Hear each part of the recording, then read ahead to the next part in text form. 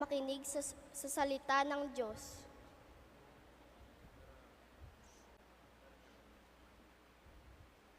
Basa mula sa sulat ni Apostol San Pablo sa mga taga-Efeso. Magpasalamat tayo sa Diyos at Ama ng ating Panginoon Hesukristo.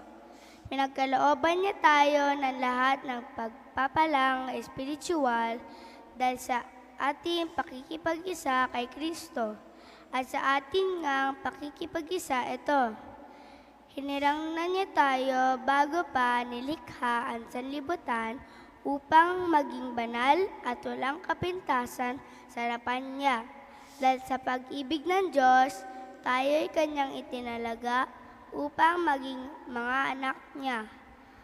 Sa pamamagitan ni Jesucristo, yan ang kanyang layunin at kalooban. Purihin natin siya dahil sa kanyang kahanghang pagkalinga sa atin sa pamamagitan ng kanyang minamahal na anak.